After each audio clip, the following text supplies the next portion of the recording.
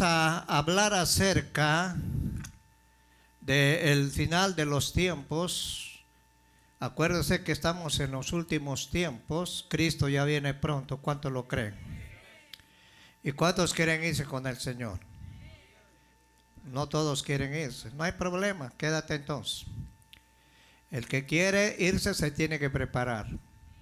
Aquí el que persevere hasta el fin, Jesús dijo, va a ser salvo. No el que persevere hasta el fin. Esto tiene dos connotaciones. Que perseveres hasta que venga Cristo o perseveres hasta que te mueras. Porque una persona cuando se muere ya no haces bulla acá, ya te vas. Si estuviste bien con el Señor, te vas. Tú decides dónde vas a ir. Hay dos caminos. El Señor habló de dos caminos, nada más. El camino ancho y el camino angosto. Y el Señor Jesús dijo, esforzaos a entrar por el camino angosto. Porque ancho es el camino que lleva ¿a qué? A la perdición. Hoy vamos a hablar acerca de las sombras del rapto en el Antiguo Testamento. Y vamos a abrir nuestra Biblia en Apocalipsis capítulo 4. Capítulo 4.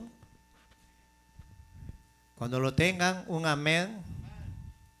Un amén, pero de verdad, pues, de vivos.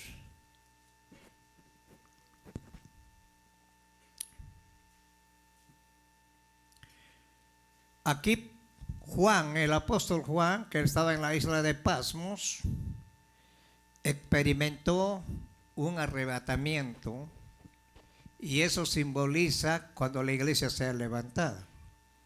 Porque la iglesia no va a pasar la gran tribulación. Hay algunos que dicen que van a pasar la tribulación hasta mediados de la tribulación. A los 3 años y medio van a ser levantados. Otros creen que se van a levantar después del milenio, o mejor dicho, después de los 7 años. Y otros que tenemos nosotros la idea que nos vamos a ir antes de que venga la tribulación. ¿Cuántos lo creen, hermanos? Porque Dios no se va a llevar algo que no esté enamorado de él. ¿Cuántos están enamorados de Cristo? Porque para irte con la novia tienes que estar enamorado. Para estar con tu mujer tienes que estar enamorado. Entonces aquí Juan, el apóstol Juan, estaba en la isla de Patmos y vamos a leer el verso, capítulo 4, verso 1 al 2. Ojalá que no me falle el micrófono, porque cada vez que queremos hablar un tema de esos, el micrófono empieza a fallar. La adoración celestial. ¿Cuántas maneras de adorar al Señor? Si no sabes adorar aquí, ¿para qué vas a ir al cielo? Dice, después de esto miré aquí una puerta abierta en el cielo. Acuérdense que el Señor va a bajar al segundo cielo. Y la primera voz que oí, como de trompeta, hablando conmigo, dijo, sube acá, yo te mostraré las cosas que sucederán después de estas. Dice en el verso 2. Y al instante estaba yo en el Espíritu, y aquí un trono establecido en el cielo, y en el trono uno sentado, y el aspecto del que estaba sentado era semejante a piedra de jaspe y de cornalina, y había alrededor del trono un arco iris semejante en aspecto a la esmeralda. Pueden tomar asiento. Padre, bendice tu palabra. Gracias, Señor. Te damos gracias. El mismo Juan describe la experiencia de su arrebatamiento, que fue llevado al cielo, donde le serán reveladas las cosas que sucederán después de estas cosas. Y podrá ser testigo de la adoración celestial y las cosas que deben suceder pronto. Aunque este arrebatamiento lo llevó al cielo, el apóstol Juan no permanecía allí más que el tiempo necesario para que todas las cosas le fueran arrebatadas. Todos estos raptos registrados, de los que la mayoría hubo testigos, afirman la certeza y la realidad del rapto como es una verdadera histórica y una esperanza real. Todos los que tienen a Cristo, esa es la esperanza que un día lo vamos a ver a Él. En 1 Corintios capítulo 13, Pablo decía, mi anhelo es conocerlo a Él y conocer cómo fui antes. Y ese tiene que ser el anhelo de cada cristiano. Pero hoy estamos viendo que en ese tiempo los cristianos, en vez de ir para arriba, se van para abajo. Y tú tienes que afirmar tus cosas delante de Dios. Todos tienen algo en común, es que aún que algunos sabían que ocurría, ninguno conocía el momento en que sucedería. Sin embargo, aunque todos tuvieron el majestuosidad como actos divinos, ninguno tuvo la magnitud de que ocurriría con la iglesia. Ahora, la sombra del rapto y el Antiguo Testamento. El rapto de la iglesia fue un misterio no mencionado en el Antiguo Testamento, reservado solo para la iglesia. ¿Cuándo empezó la iglesia?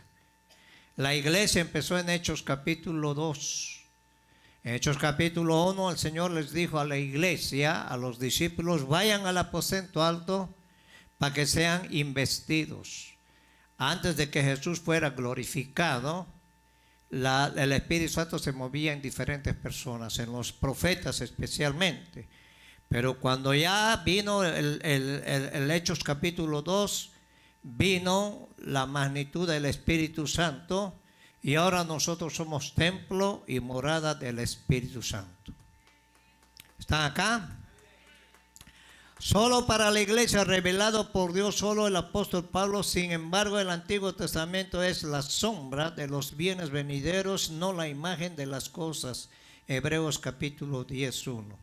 Aquí se pueden encontrar varias alusiones que permiten confirmar no solo la certeza del rapto, sino también que sucederá antes de los 7 años de la gran tribulación. Todo esto ya está profetizado. Ahora, el Espíritu Santo revela que las cosas que se escribieron antes es para nuestra enseñanza. Se escribieron en Romanos capítulo 15:4, lo explica, a fin de que por la paciencia y la consolación de las Escrituras tengamos una esperanza que vamos a ver a Cristo Jesús. Y vamos a ver algunos puntos en el Antiguo Testamento de gente que fue arrebatada. Y vamos a ver las evidencias del rapto. La evidencia del rapto, de otro rapto y de otros raptos en la Biblia. Aquí están registrados. Por ejemplo, el rapto de la iglesia es para muchos creyentes e incrédulos un evento incomprensible y para una gran mayoría algo imposible, racionalmente inaceptable. Nosotros tenemos que creer por fe que nos vamos a ir con el Señor. La fe es la que va a mover montañas, la fe es la que te va a dar la convicción de lo que se espera, de lo que no se ve. Sin embargo, en las Sagradas Escrituras se registran varios raptos anteriores que sirven de ilustración para el que ocurrirá con la iglesia. Mira, escúcheme, estamos en el tiempo de la dispensación. Y todo lo que está aconteciendo en el mundo entero es una alerta para que la iglesia esté despierta. Y la iglesia no es esta caja. La iglesia no es el local donde van a congregarse. La iglesia eres tú, soy yo. Nosotros tenemos que estar listos, preparados para que cuando suene la trompeta nos vayamos con el Señor. Un ejemplo lo vemos en Enoc. Dentro de la linaje de Adán, tras la expulsión del jardín del Edén, se encuentra Enoc. ¿Quién era Enoc? Conocido, recordado por dos grandes hechos en su vida. Fue el padre de Matusalén. ¿Quién era Matusalén? Te estoy dando históricamente una explicación.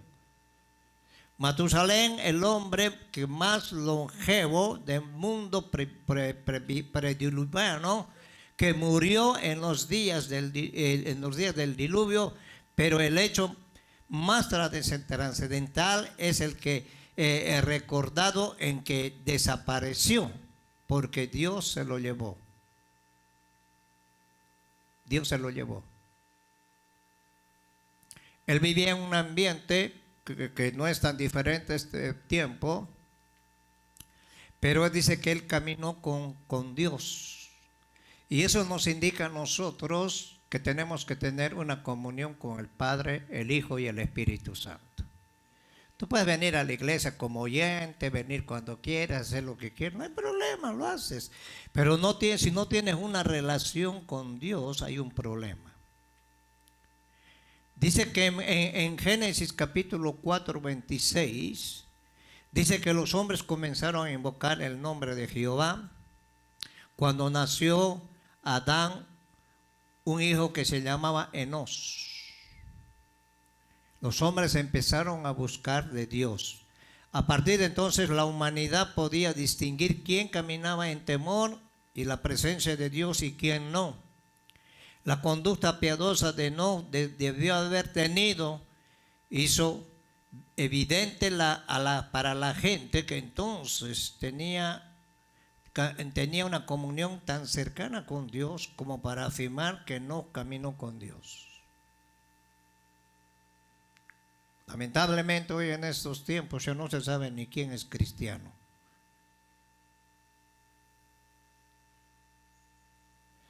Había una degeneración perversa en ese tiempo, donde vemos en Génesis, dice que había violencia en ese lugar. Entonces, los hombres, su mirada estaban solamente en la tierra. Había una genética que alteraron los hombres de ese tiempo, porque según la palabra de Dios, que los ángeles se mezclaron con las hijas de los hombres y engendraron gigantes. Eran hombres fenómenos que tenían 6 dedos en las manos, 6 dedos en los pies. El número 6 significa número de hombre. Y también Hebreos capítulo 11 habla de los mártires. Si tú vas a Hebreos, en Hebreos habla de los héroes de la fe. Pero más abajito habla de las personas que decidieron servir a Dios. Y dice que ellos tenían tiempo para volver atrás, pero esperaban una patria mejor. Una patria celestial cuyo arquitecto es Dios. Eran hombres de fe, hombres que realmente se preocuparon en agradar a Dios. Y Jesús dijo que va a ser como los días de nuestros días.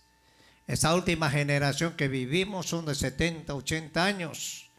Esa es la última generación donde la maldad se va a aumentar, el enfriamiento de la iglesia va a venir.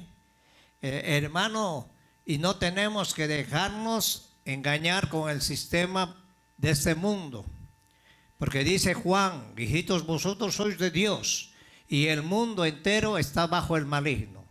Dale gracias a Dios que Dios te escogió a ti, no porque eras bonito ni porque eres bueno, porque no hay ni uno bueno. Todo lo malo, lo peorcito escogió Dios. Pero el caso de Enoch, la escritura menciona cuando él desapareció. No fue por otra ocasión más que porque se lo llevó Dios. ¿Qué quiere decir eso? Tú caminas con Dios, eres parte del remanente, tienes una comunión con Dios, le sirves a Dios con todo tu corazón, con toda tu mente, con todas tus fuerzas. Entonces, ¿qué es lo que va a suceder? De repente, de un momento a otro, ¡pum!, nos vamos a ir. Y eso lo explica Pablo, porque dice que es necesario que esto corruptible se vista de incorruptible. ¿Están acá, hermanos? Esto no te sirve para nada. Esto te sirve solamente para pecar y hacer cosas que no le agradan a Dios. Ahora nosotros habitamos en un cuerpo y va a llegar un momento en que nosotros vamos a sufrir una metamorfosis. Dice que la simiente corrupta se va a vestir de incorrupción, porque carne ni sangre van a heredar el reino de los cielos. Tú tienes esa carne, tienes ese bagazo que tienes ahí, solamente para que camines mientras estás en la tierra. Por eso Pablo decía, mientras estoy aquí, estoy ausente del Señor, pero anhelo estar presente con Él. Dice que se lo llevó Dios, es una afirmación que implica que hubo testigos, que ese fue un acto divino del que no fue traspuesto para no ver y no ser hallado. En Hebreos capítulo 11, verso 5, dice que Dios lo traspuso y antes que fuera traspuesto tuvo testimonio de haber agradado a Dios. Aquí no tienes que venir a agradar al pastor, tienes que venir a agradar a Dios. Cuando la presencia de Dios está aquí, tienes que alabarlo y dejar que Él te ministre. Porque nosotros somos carne y tenemos una naturaleza rebelde. Y esa naturaleza tiene que quemarse todo yugo para que tengas la libertad de levantar las manos y adorarlo a Él. Y cuando nosotros empezamos a alabar, si tenemos que alabar con alabanza y de adoración, le echamos con adoración. ¿Sabes por qué? Porque Dios no es monótono. Dios es un Dios poderoso. ¿Cuántos lo creen? ¿Cuántos lo creen? Ahora, ¿eso qué nos da a entender? Que en estos últimos tiempos, la iglesia, que somos parte de nosotros, tenemos que procurar ser parte del cuerpo de Cristo. No es lo que tú digas. Hoy la iglesia solamente quiere venir el sábado y el domingo. Algunos trabajan, entiendo. Ya no quiere venir a la oración, ya no quiere venir a la enseñanza. Solamente quiere venir sábado y domingo como si le estuvieras haciendo un favor a Dios. Y la Biblia dice que no dejemos de congregarnos como algunos tienen por costumbre, y dice que tenemos que exhortarlos porque el día está cerca. Si hace 2000 años atrás se hablaba de ese tema, hoy faltan menos de segundos para que Cristo venga. El segundo fue Elías, segundo ser humano que las Sagradas Escrituras mencionan fue arrebatado al cielo, es el profeta Elías. Durante su ministerio, en Primera de Reyes capítulo 17 y en Segunda de Reyes capítulo 2. Elías se enfrentó a la idolatría de Acab, rey de Israel, y su esposa cananea Jezabel, quien tratando de erradicar el culto a Jehová para instaurar el de los dioses cananeos. Había un dios Baal y otra de Acera, y había profetas falsos. Baal significa el dinero, la lujuria, la comodidad, y eso es lo que está buscando hoy la iglesia. Y Acera significa el sexo. Dos cosas que están dominando hoy el mundo: el dinero y el sexo, que son dos dioses paganos que controla Satanás. Haciendo así acá más que todos los reyes de Israel que reinaron antes que él, para provocar la ira de Jehová, Dios de los ejércitos.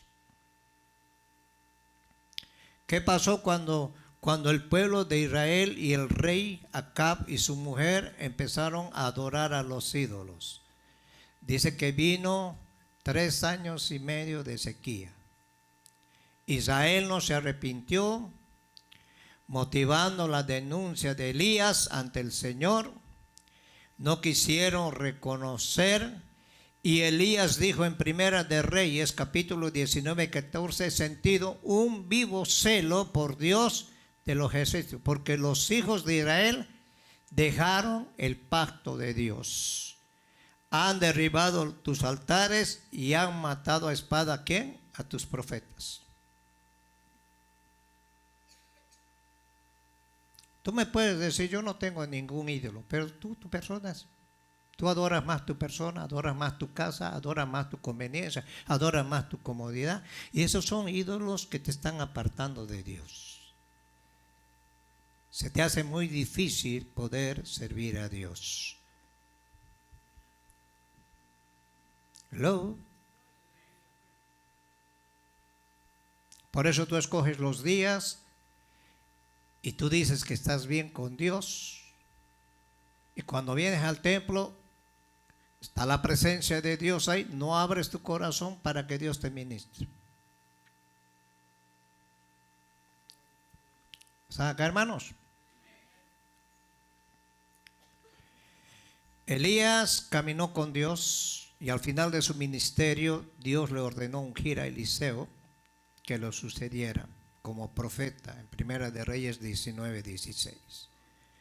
Pues pronto un carro de fuego vino con caballos de fuego y apartó a los dos, y Elías subió al cielo en un torbellino, y Eliseo fue el sucesor de Elías. Estos dos hombres fueron llevados al cielo, y esto tipifica el arrebatamiento de la iglesia. Otro profeta que fue llevado al cielo en espíritu fue Isaías. En el capítulo 6, su llamamiento, el profeta Isaías fue arrebatado al cielo, donde vio al Señor sentado en un trono alto, sublime, y sus faldas dice que llenaban el templo. Del arrebatamiento de Isaías no hubo testigos. En contraste con Enoc y Elías, Isaías regresó a la tierra para cumplir su ministerio. Posteriormente murió. ¿Cómo murió Isaías? Lo cortaron en medio de un tronco. Isaías fue llamado el profeta, el príncipe de los profetas, porque Dios lo llamó en un tiempo para profetizar. Isaías, Ezequiel, Jeremías, Daniel profetizaron durante 100 años,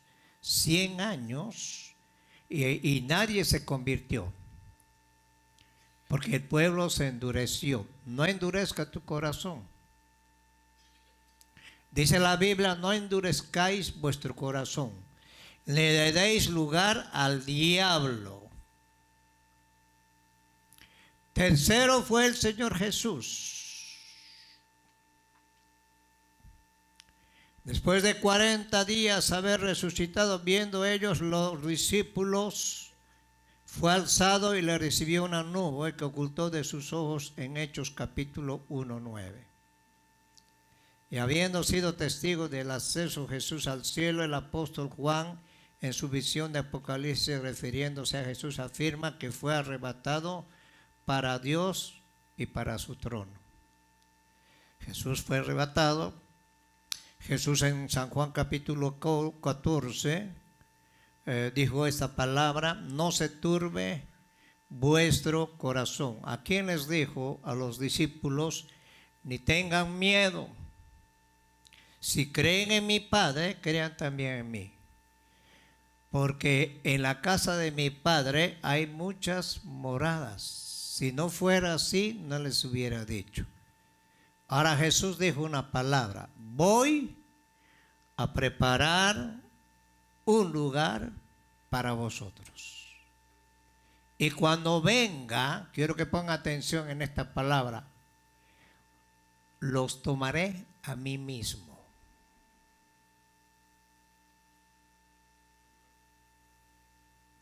¿Y por qué Jesús dijo a mí mismo? Porque nosotros somos el cuerpo de Cristo. ¿Está acá? Yo no sé si eres parte del cuerpo de Cristo. Y para ser parte del cuerpo de Cristo tienes que unirte a la iglesia. Si tú no estás unido, pues ¿cómo te vas a ir? Solitarios no quiere llevarse el Señor. El Señor quiere llevarse a su iglesia completa. ¿Cuántos lo creen? Y Pablo dice que tenemos que unirnos como las coyunturas. Tenemos que crecer y tenemos que irnos con el Señor. Ese es el plan del Señor, que nos unamos para que cuando Cristo venga nos vayamos con el Señor. Ahora, si tú no quieres unirte y no quieres irte, no hay problema. Jesús dijo que a los tibios los voy a ¿qué? Vomitar.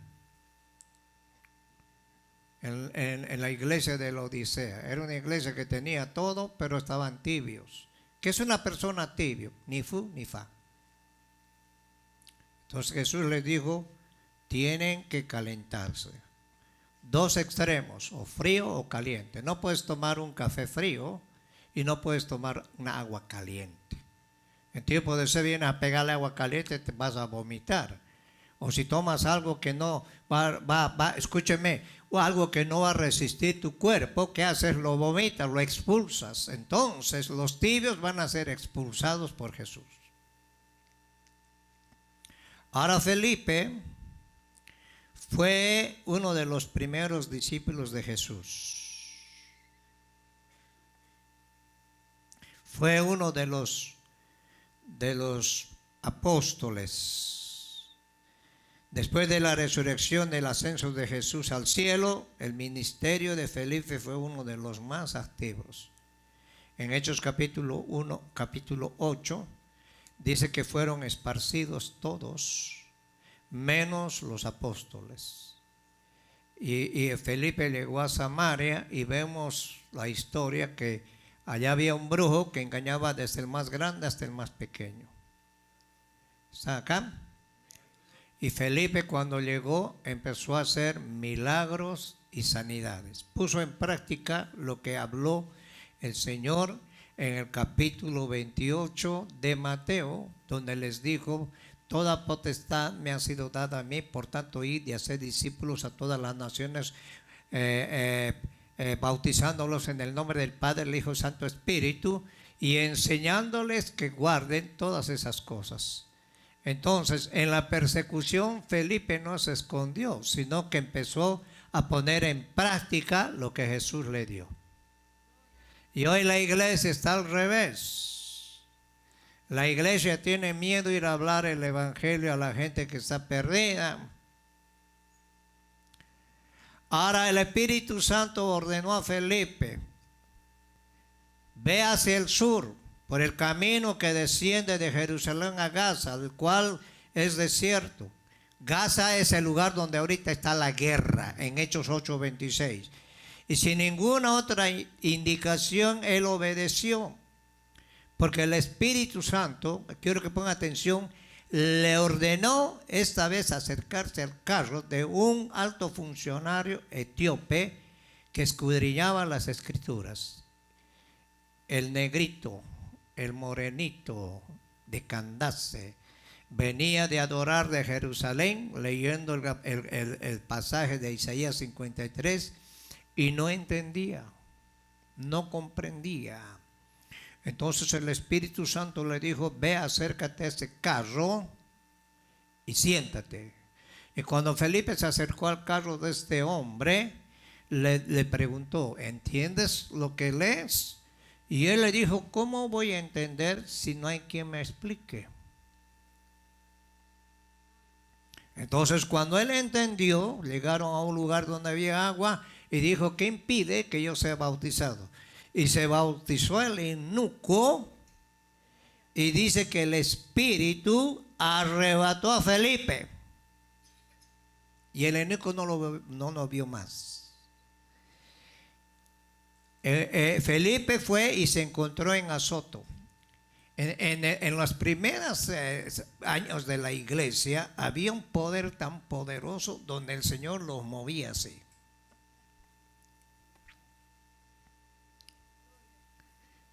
Y cuando llegó a Azoto empezó a anunciar la palabra de Dios a todas las ciudades hasta que llegó a Cesarea. Hechos 8:39 al 40. El arrebatamiento de Felipe no fue para llevarlo al cielo ni librarlo del sufrimiento de la muerte en ese momento. El propósito de su arrebatamiento fue llevarlo a cumplir una misión evangélica y ordenada y guiada por el Espíritu Santo. Ahora Pablo dice que todos los que son hijos de Dios, ¿cuántos son hijos de Dios? Voy a volver a repetir, ¿ok? Porque si tienes dudas te voy a volver a ver. ¿Cuántos son hijos de Dios? Y los hijos de Dios son guiados no por la carne ni tus emociones, son guiados por el Espíritu Santo. Aquí no hay si quiero o no quiero, que me han mirado mal, que no me han dado en la mano. Esos son niños, son ñoños. Y el Señor quiere gente madura, que sea guiada por el Espíritu Santo. No el espíritu de sospecha, porque ahora hay un espíritu de sospecha. El Espíritu Santo te guía. Y Jesús le dijo a Nicodemo, todos los que son espirituales son como el viento, que no sabes de dónde viene ni a dónde va. ¿Qué quiere decir esa explicación? ¿Qué le dijo Jesús? Que tú ya no te mandas.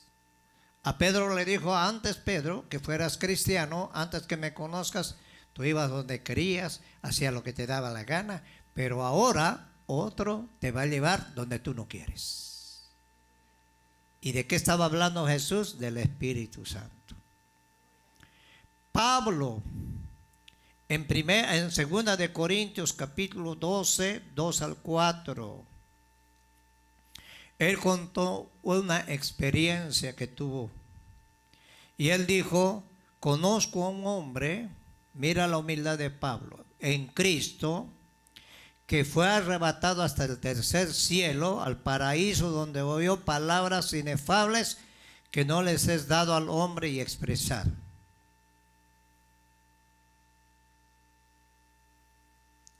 El Espíritu Santo lo llevó y allí le mostró maravillas. Y Dios le dijo, no es el tiempo que estés todavía acá. Porque Pablo fue apedreado y lo sacaron ya muerto. Los discípulos decían, ya está muerto Pablito, ni modo, le vamos a hacer su entierro. Y en ese tiempo Dios lo llevó y le mostró el paraíso. La Biblia habla de 3 paraísos. El primero, que estaba por Irak, que era el huerto de Edén, donde estaban Adán y Eva.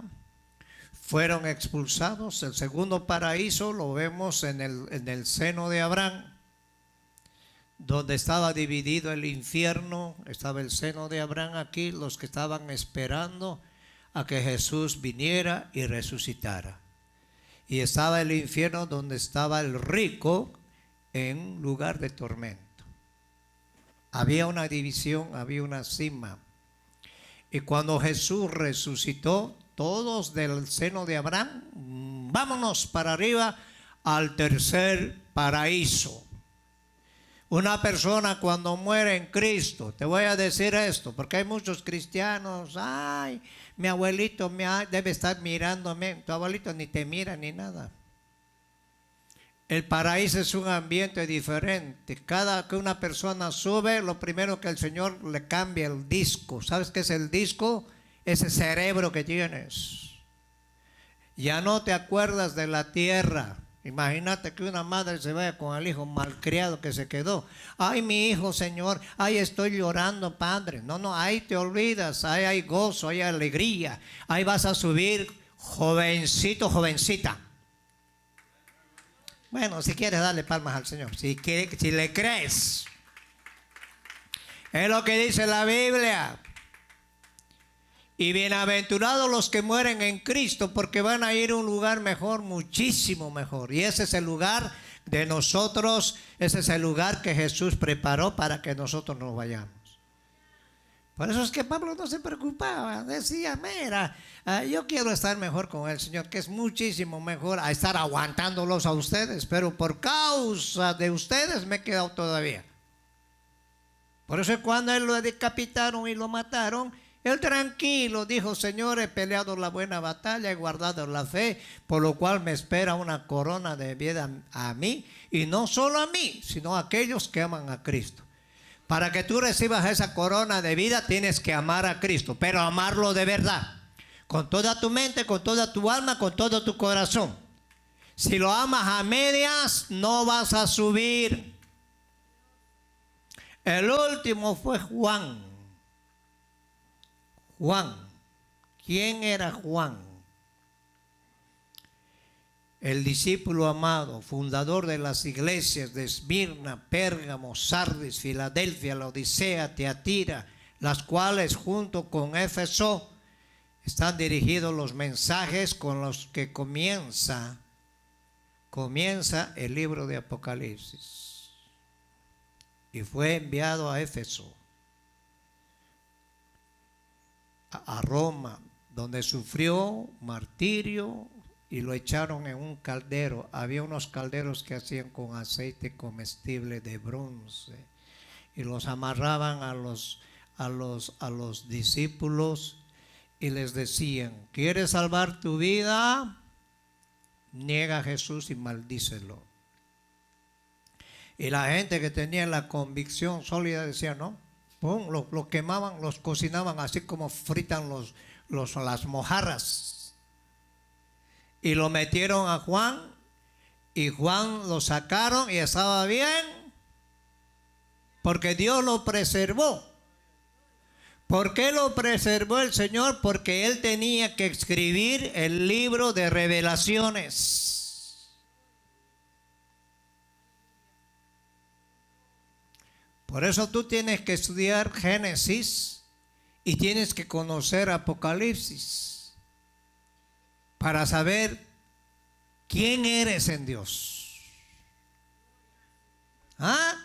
Por eso es que la gente no tiene temor. Y si viene una persecución, te aseguro que te vuelves testigo de Jehová o mormón. Y él fue llevado a Éfeso después de estar en la isla de Patmos. Y allá murió una muerte, anciano por una muerte violenta. Él mismo describe la experiencia de su arrebatamiento en el capítulo 4, verso 1 al 2. La isla de Patmos era un lugar donde les ponían cadenas a los presos, a los que eran presos políticos y a los ladrones. Mira dónde lo llevaron a Juan. Y ahí no les cambiaban la ropa, ahí los dejaban que se pudran. Lamentablemente ahí se morían, hasta metían ratas para que se los coman. Los abandonaban. Y esa isla de Patmos todavía existe. Es un lugar donde puras rocas.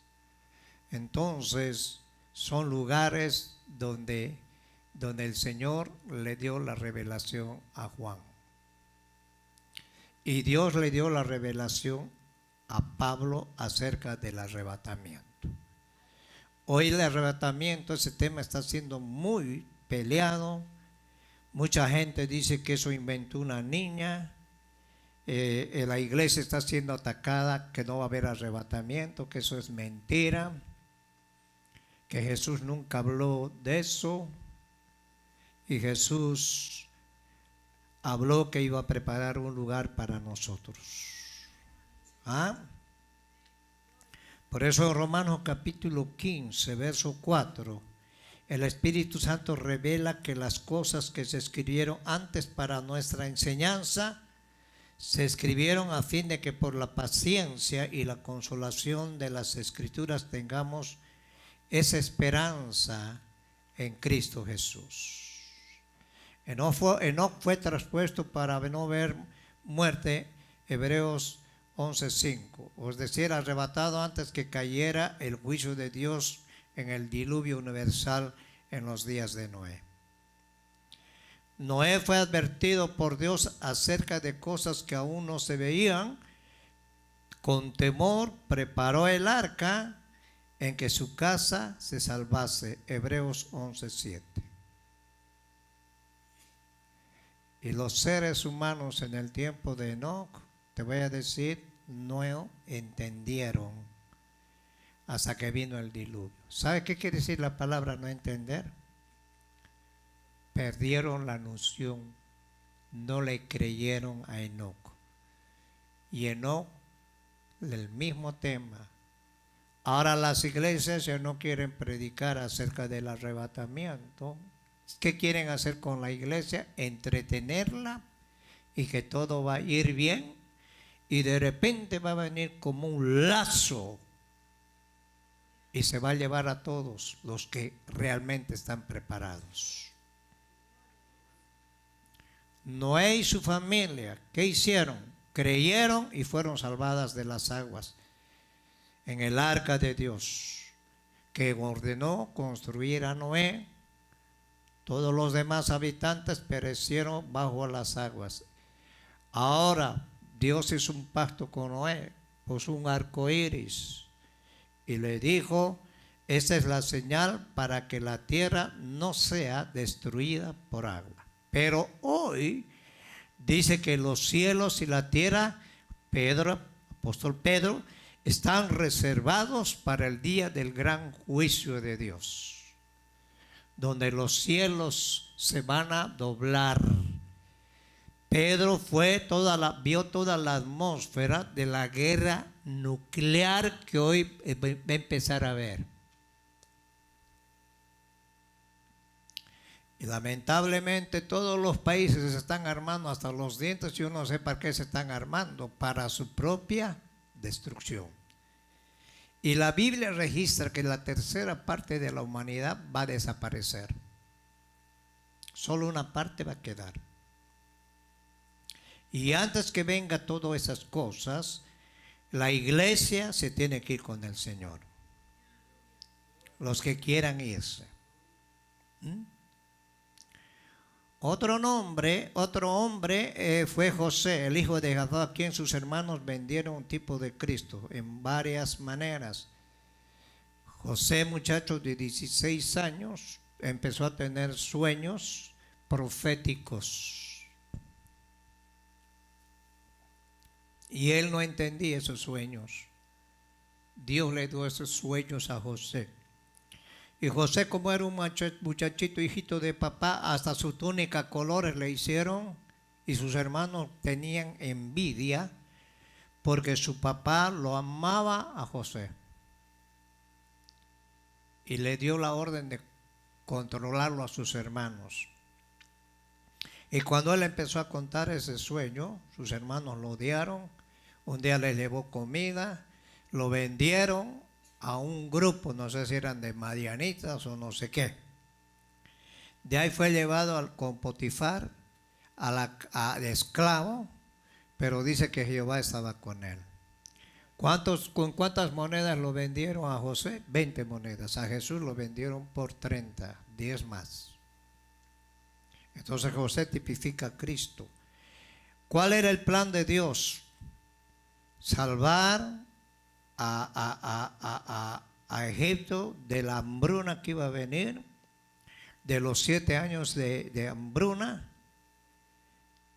porque José tenía sueños y tenía interpretación de sueños. Pero pasó un proceso.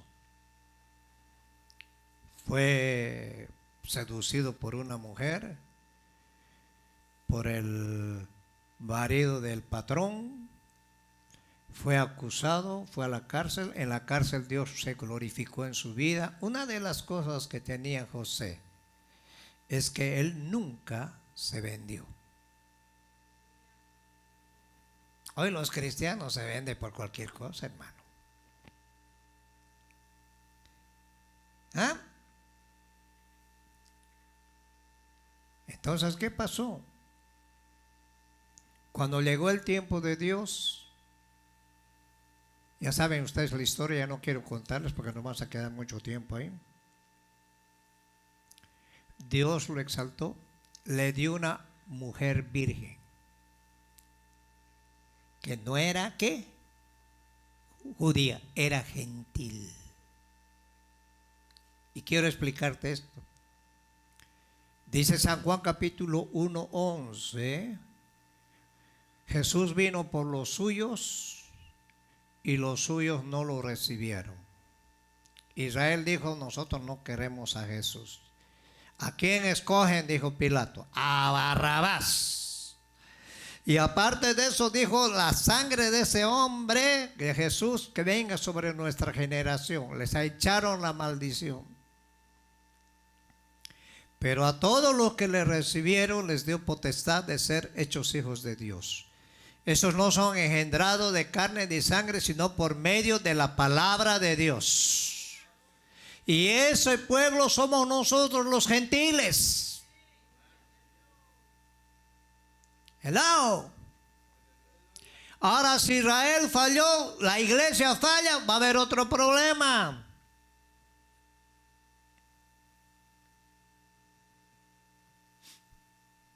José se casó con una princesa. El premio que le dio el Señor, una princesa virgen, hermosa, bella, porque Dios guardó su generación de José. Y cuando José subió al poder, ¿qué pasó? Sus hermanos vinieron y ahí se cumplió el sueño de José. Dios lo exaltó.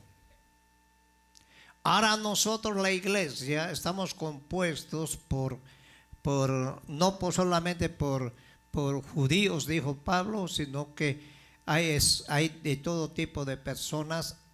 Israel representa ¿qué? Como nación, y Dios va a juzgarlo como nación a Israel. La iglesia somos todos.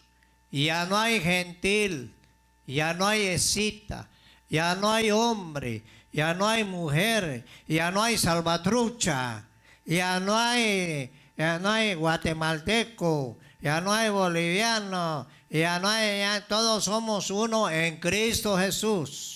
Formamos parte del cuerpo de Cristo. Y si lo crees, dale palmas. Si no lo crees, quédate callado.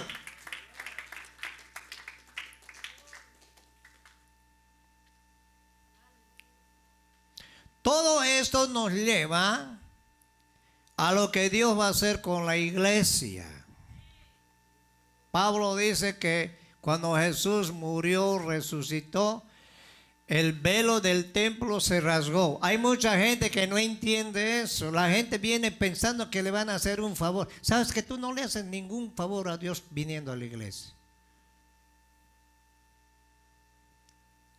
Cuando tú vengas a la iglesia tienes que saber a qué vienes.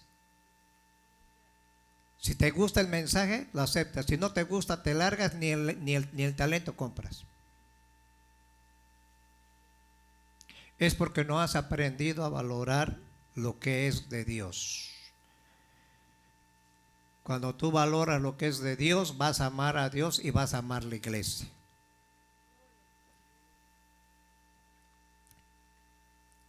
¿Y sabe cuál es uno de los problemas más serios en la iglesia? Estoy hablando, no te vayas a enojar conmigo, ¿ok? Enójate con Dios.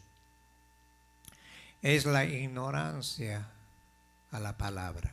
Oseas 4:6 dice, mi pueblo pereció porque le faltó conocimiento. Y Dios dice a los sacerdotes, a los padres de familia, por cuanto ustedes desecharon mi consejo, mi palabra, yo me voy a olvidar de tu generación.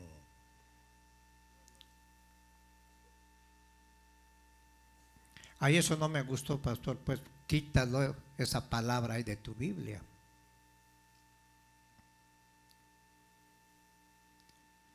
Esas son asombrosas de la realidad que tendrá lugar al fin de los tiempos, cuando la iglesia sea arrebatada. ¿Dónde? En las nubes.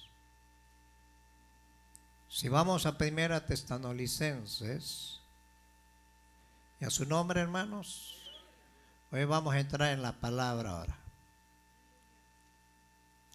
¿Por qué te estaba hablando esto? Porque para que entiendas que todos esos arrebatamientos tipifican lo que Dios va a hacer con la iglesia. ¿Cuántos lo creen? Y hoy está siendo atacado esto del arrebatamiento. Ya no predican muchos, antes ya no creen. Hay otros que no creen ni en la sangre de Cristo. Y hay una ensalada, un sancochao. Y los cristianos se meten en el internet, escuchan a un loco aquí, sí, ese le creo, ese sí tiene. A otro loco más para allá, otro loco que predica más allá. Y cuando llegas a la iglesia, llegas ya hastiado, pero empachado. Y uno puede hacer un mensaje que te hable, ya lo ha cerrado tu corazón. Ahora, Pablo aquí habla de la venida del Señor Jesús. habla de la reunión que vamos a tener nosotros como iglesia. Porque va a haber dos eventos. Quiero que pongan atención. Y eso vamos a hablar ahorita. Dos eventos. Un evento que la iglesia va a ser arrebatada. El segundo evento es cuando Cristo venga y ponga sus pies en el monte de los olivos. Es cuando venga Cristo con los redimidos, los que realmente han pagado el precio, los que realmente han estado apercibidos con el Señor, los que realmente le han servido a Dios de verdad y no han tirado la toalla ni el privilegio.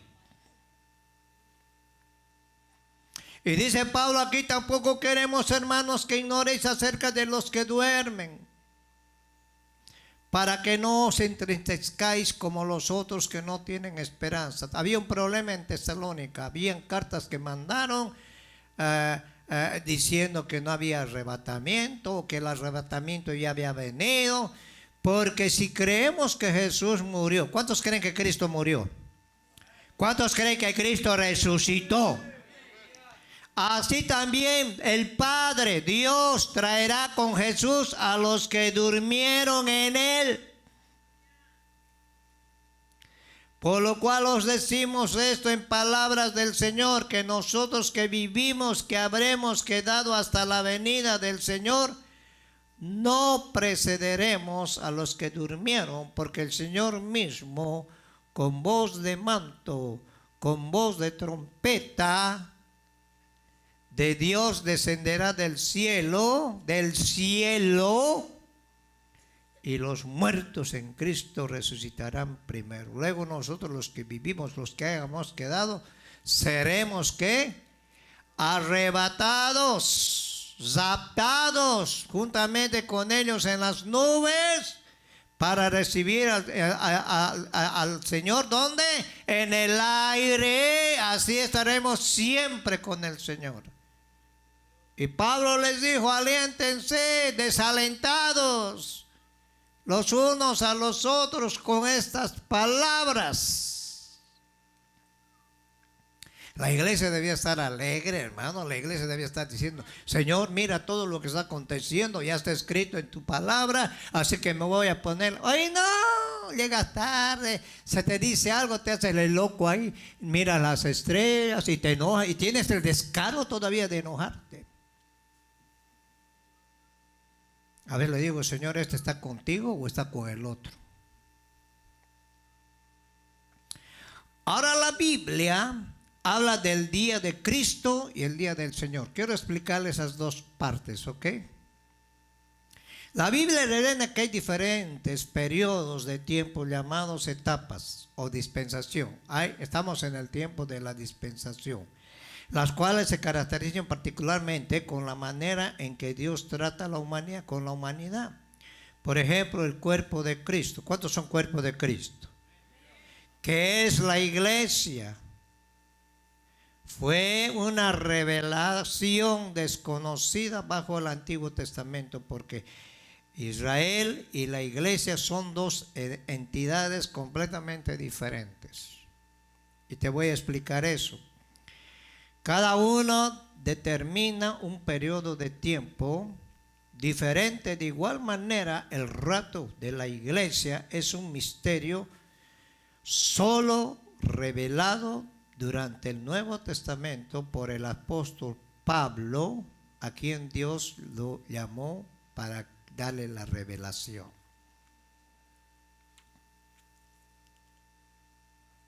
Ahora, en el Antiguo Testamento no se menciona acerca de la iglesia.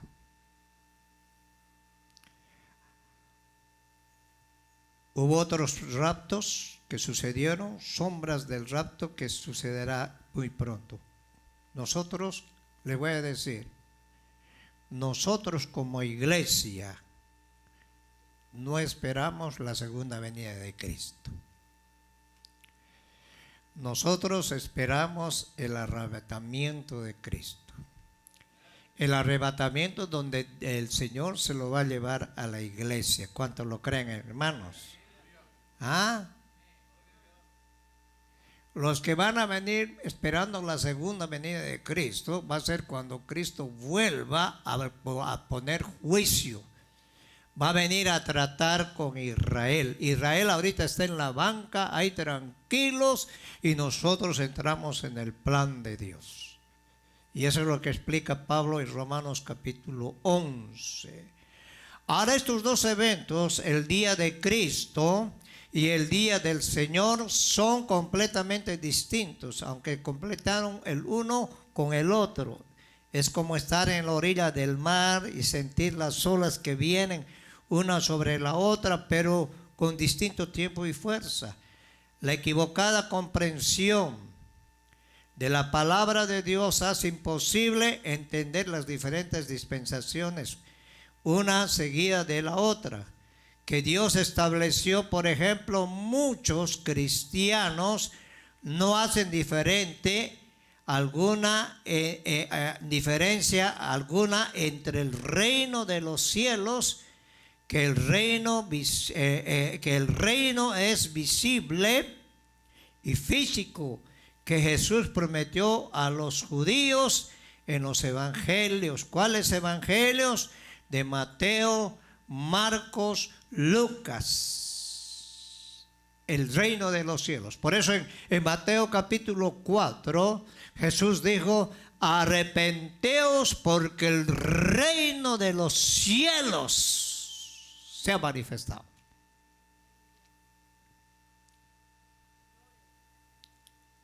¿Están acá?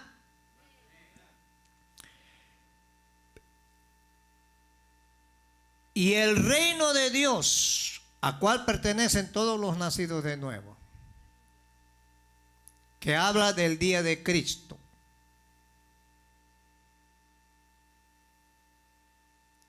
Pertenece a todos los nacidos de nuevo en el momento de su salvación, así como estos dos reinos no son lo mismo, tampoco son el día de Cristo para la iglesia y el día del Señor para Israel. ¿Por qué habla del día de Cristo? Porque todos los que han sido inscritos en el libro de la vida, todos los que caminan con Cristo, nos vamos a ir. ¿Está acá? Por eso te conviene que te arregles, pues. Ahora, el día del Señor habla de juicios. Habla del día donde va a haber angustia. Es cuando Jesús va a venir a hacer cuentas con Israel, con Jacob y con las naciones.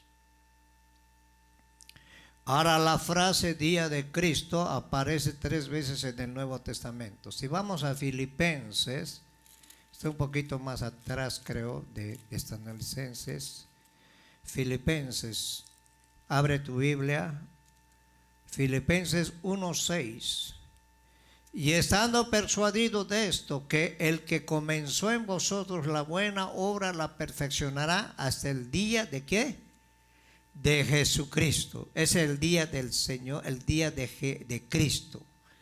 En el verso 10 dice así: para que aprobéis lo mejor, a fin de que seáis sinceros e irreprensibles para el día de Cristo, llenos de frutos de justicia que son por medio de Jesucristo, para la gloria y la alabanza ¿de quién? De Dios. Y si vamos al capítulo 2, verso 16. Dice Pablo: asidos de la palabra de vida. O sea, agárrate de la palabra de vida. Y la palabra de vida vino por medio de Jesucristo. ¿Cuántos lo creen, hermanos? Para que en el día de Cristo, cuando Cristo sea manifestado, yo pueda gloriarme de que no he corrido en vano, ni en vano he trabajado. Pablo se preocupaba por la iglesia para que se embaracen de Cristo. Por eso Pablo decía, para mí el vivir es Cristo y el morir es ganancia. Lo que yo lo vivo en la carne, lo vivo en el Hijo de Dios.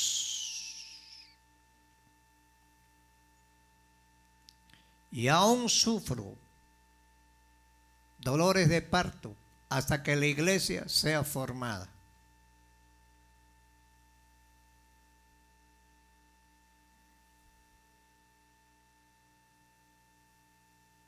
Hay gente que dice que la iglesia va a esperar cuando Cristo venga a poner los pies en los montes de los olivos. Eso no va a suceder porque la iglesia se tiene que ir. Te voy a explicar por qué. Porque hoy nosotros somos el templo y morada del Espíritu Santo. Ay, me voy a cambiar de iglesia. ¿Cuál iglesia? Si tú eres la iglesia. Esa es la ignorancia del pueblo de Dios. Tal vez te vas a cambiar de local. Pues cualquiera, es como si irte a otro restaurante. Pero tú tienes la presencia porque somos moradas del Espíritu Santo.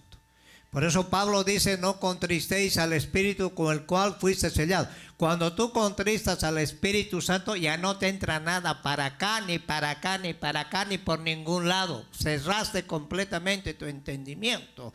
Y viene la presencia de Dios, y la presencia puede estar tan fuerte, pero como tienes tapada la botella, por encima cae y no te entra ni una gota adentro. ¿Y cómo puedes contristar al Espíritu Santo con tu actitud arrogante? Si supieras tú que sin Cristo no vales ni un cacahuate.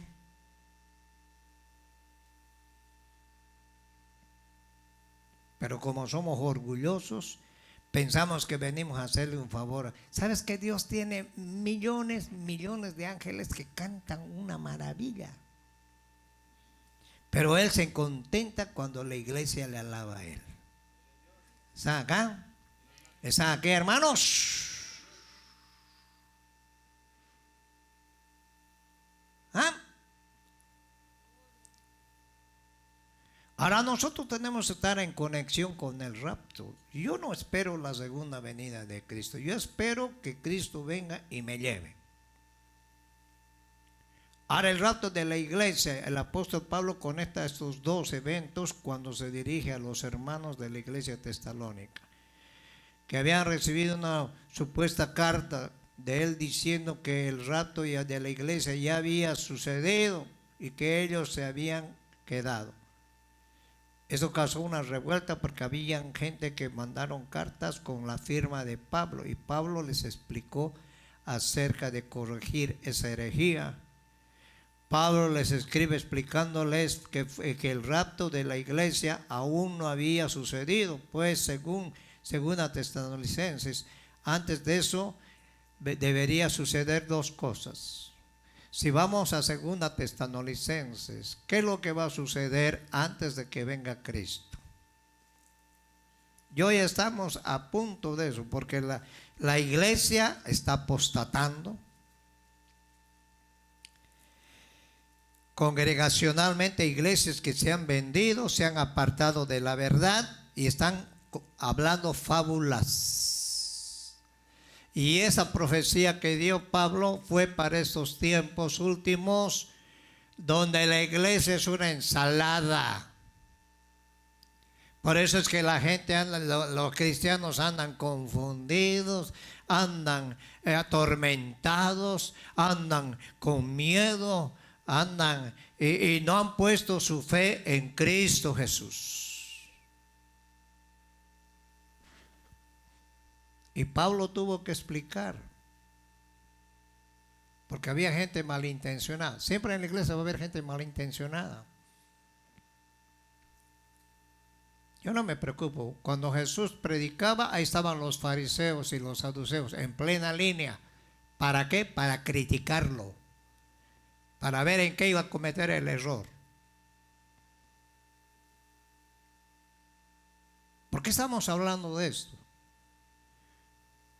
Para que no te quedes, para que tú hagas un análisis de tu vida, para que tú te pruebes a ti mismo si realmente le crees a Dios, si realmente Cristo está en ti, si realmente tienes al Espíritu Santo, si realmente te haces guiar por el Espíritu Santo o por tus emociones.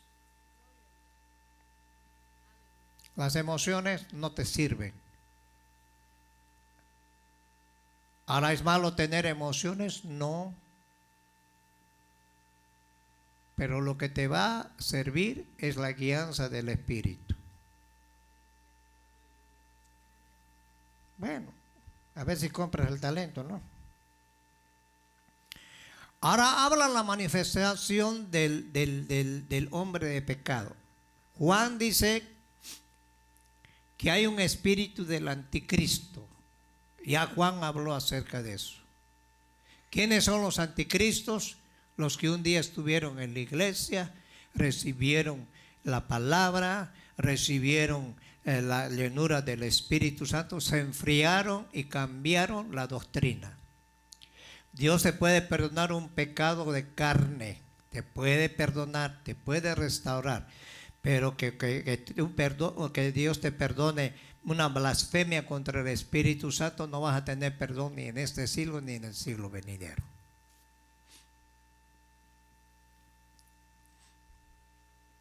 Hello.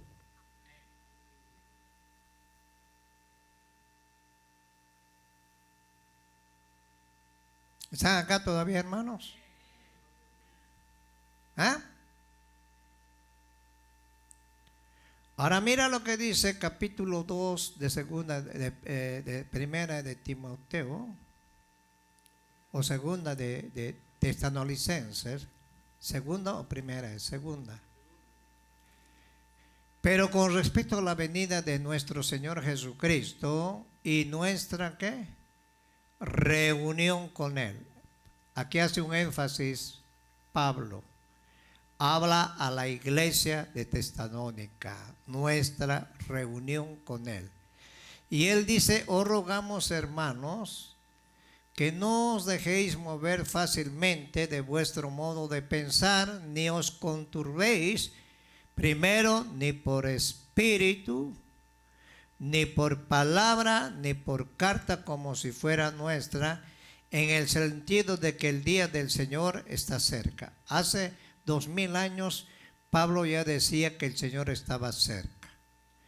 Nadie os engañe en ninguna manera, porque no vendrán sin que antes venga la apostasía y se manifiesta el hombre de pecado, el hijo de perdición, el cual se opone y se levanta contra todo lo que se llama Dios y es objeto de culto, tanto que se sienta en el templo de Dios como Dios, haciéndose pasar por Dios. La Biblia dice en 1 Timoteo capítulo 4 que vendrán tiempos peligrosos, que se infiltrarán falsos maestros, falsos apóstoles, y aún van a hacer milagros y van a prohibir aún casarse. Y van a prohibir alimentos que Dios los ha limpiado. Judas dice que son hombres desarraigados 2 veces. El libro de Judas es una sola línea. Nubes sin agua, árboles otoñales que están ya destinados para la destrucción. Ese espíritu se está moviendo desde ese tiempo, pero hoy se va a personificar en un personaje.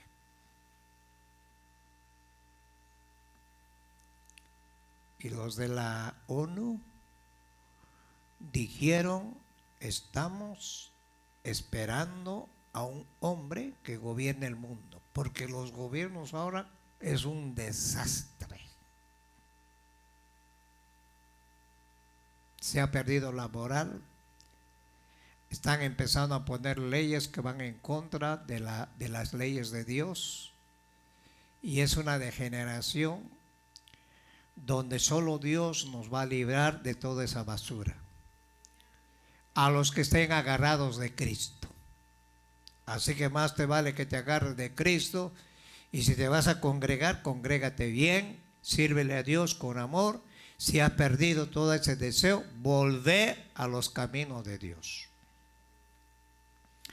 Debe venir la apostasía, la rebelión contra Dios, es decir, el abandono de las verdades doctrinales para seguir falsas enseñanzas.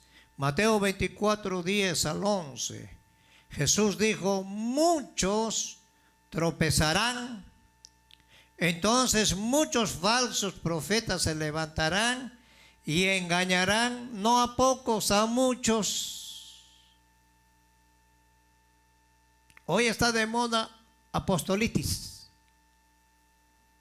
Nadie quiere ser pastor, todos quieren ser apostolitis. Y hay una pareja que en una iglesia ya se han autonombrado querubines. Eso están más adelantados. Y la iglesia lo acepta. ¿Sabe por qué lo acepta? Porque es una iglesia grande donde se mueva. Es una maravilla. Tienes que saber que se mueve ahí. Porque si niegan a Cristo y te hablan cosas que no están de acuerdo a la palabra de Dios, tú tienes que apartarte. Ahora Pablo dice que va a haber la manifestación del hombre de pecado, el hijo de perdición, es decir, el anticristo, quien deberá ser revelado antes que la iglesia sea arrebatada.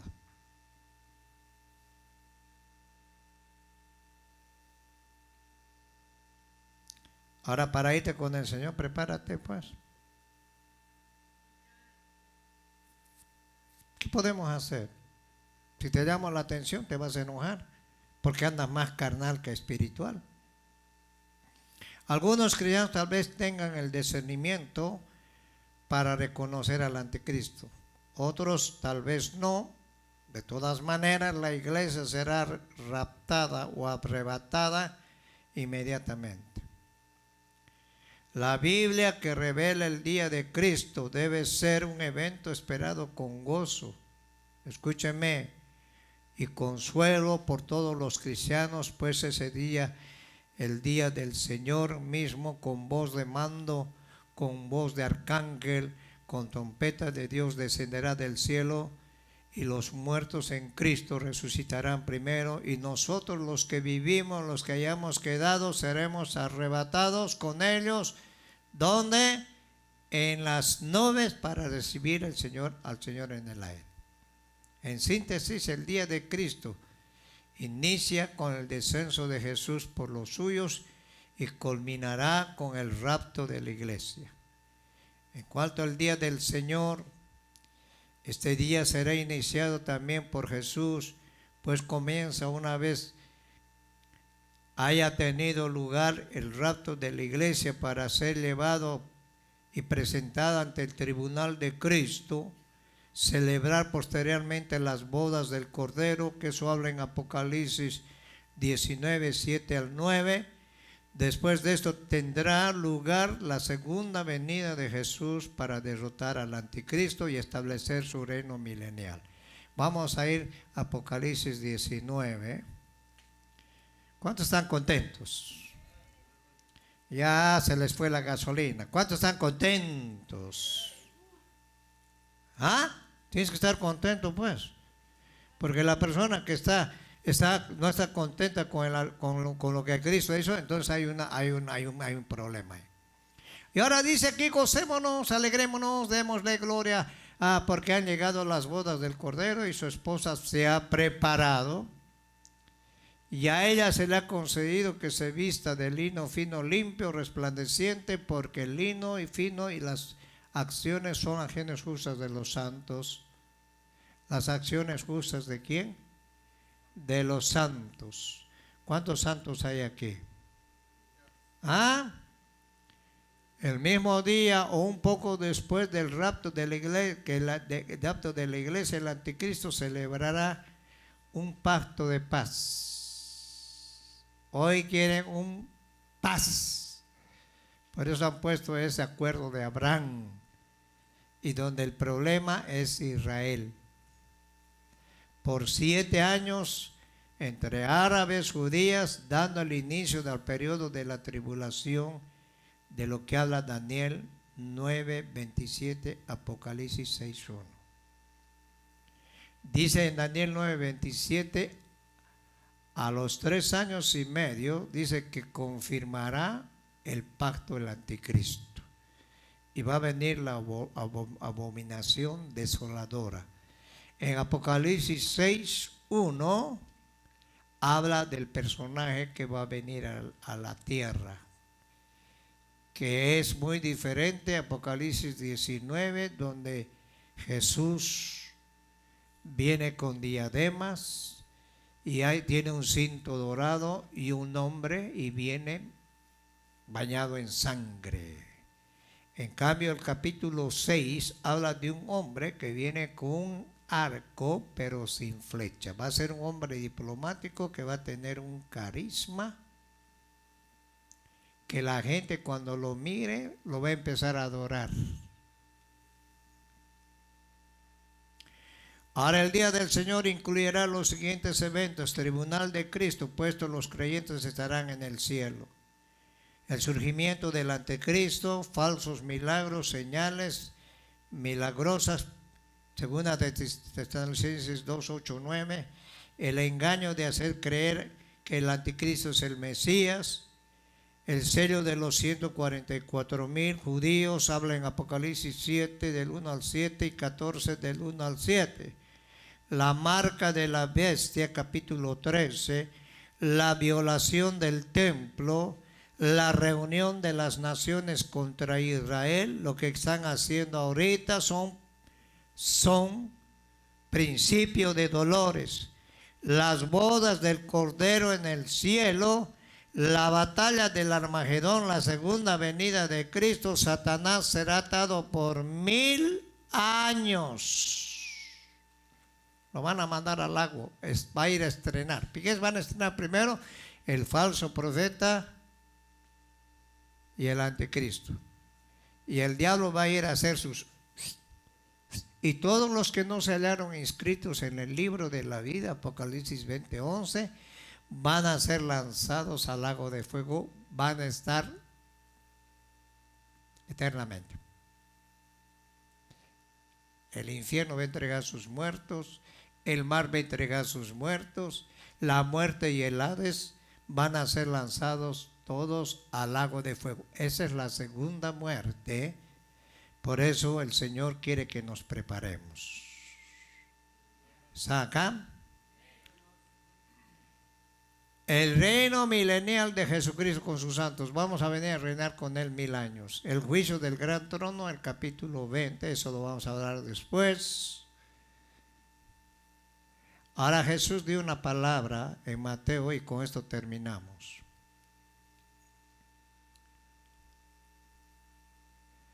Jesús dijo en Mateo 24:36, del día y la hora nadie sabe, ni aun los ángeles de los cielos, sino mi Padre.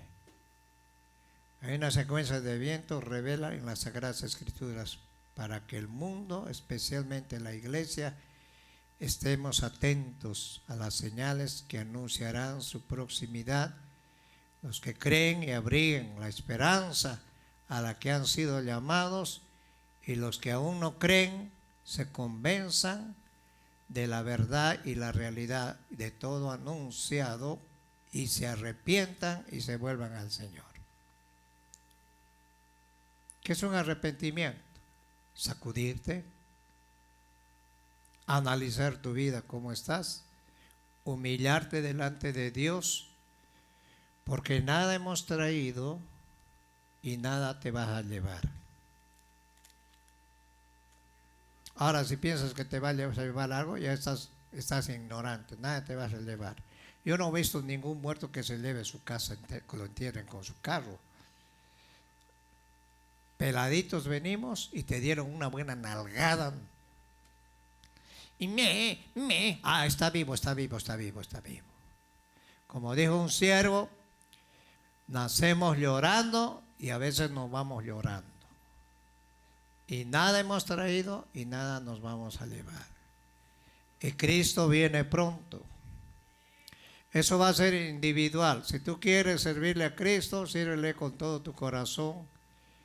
Haz como el Señor quiere para que te vaya bien y para que estés preparado.